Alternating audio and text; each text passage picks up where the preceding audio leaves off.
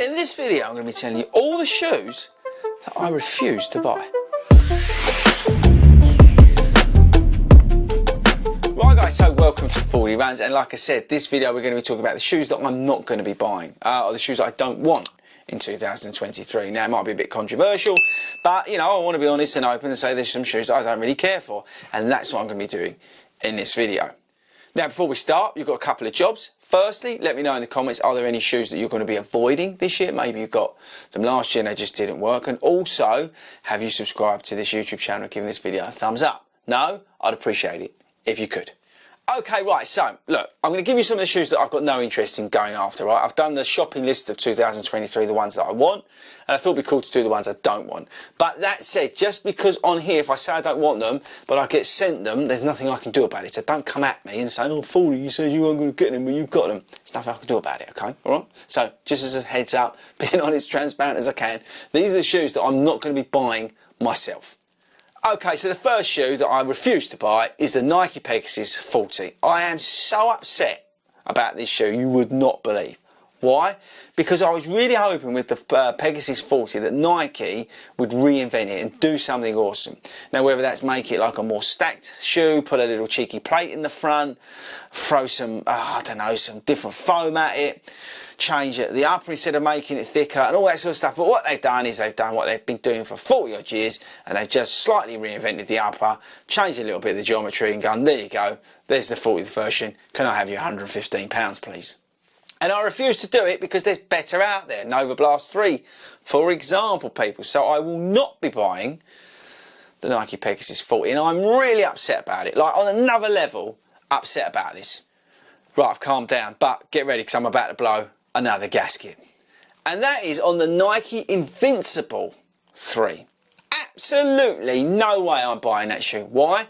Because to me, now I may be wrong, okay? And firstly, actually, let's go back a step.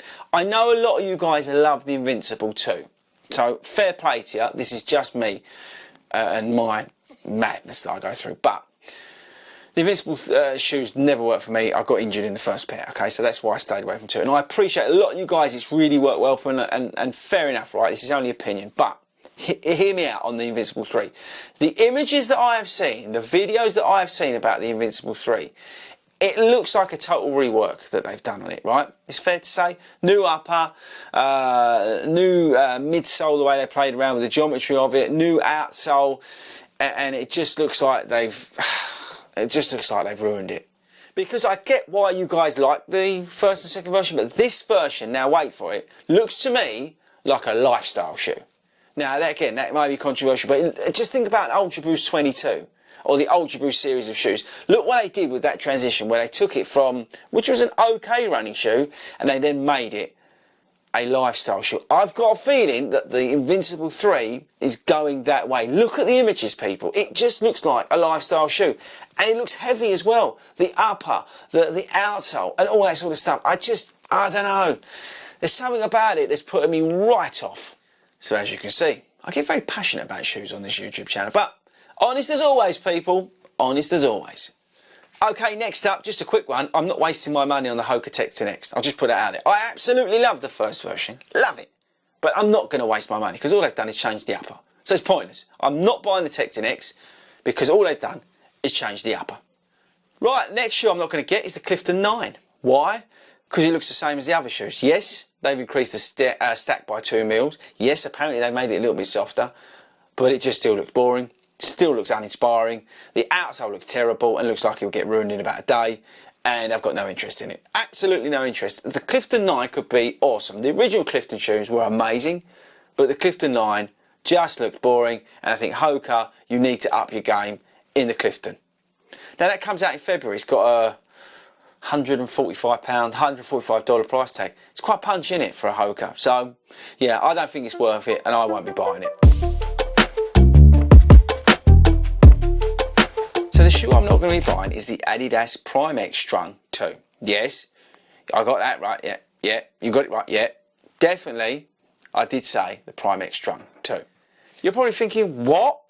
He's a massive fan of the Strung. What's he going on about? He's been ranting and raving how good it is. I know, it is a good shoe. In fact, it's an amazing shoe.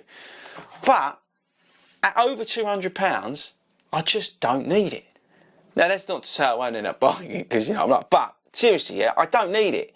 It is a shoe that I got as a bit of an experiment in my rotation, and yes, it's great at marathon pace. Yes, it's great on those long runs. Yes, it's great in a race, half marathon, didn't it?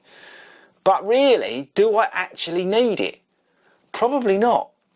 And it's hard to argue in a value, if I'm looking at value over 200 and something pounds. I actually probably prefer, if I'm really honest, to be in the Super Blast. It's just, yeah, I don't have the plates, but I can still run at goal pace quite comfortably in that shoe.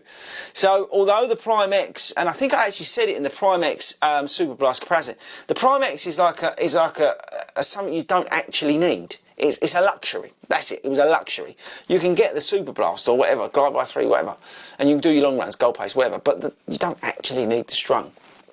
It's just a luxury at over £200. So I will not, probably will, I won't, Fordy, get the Primax Strung too.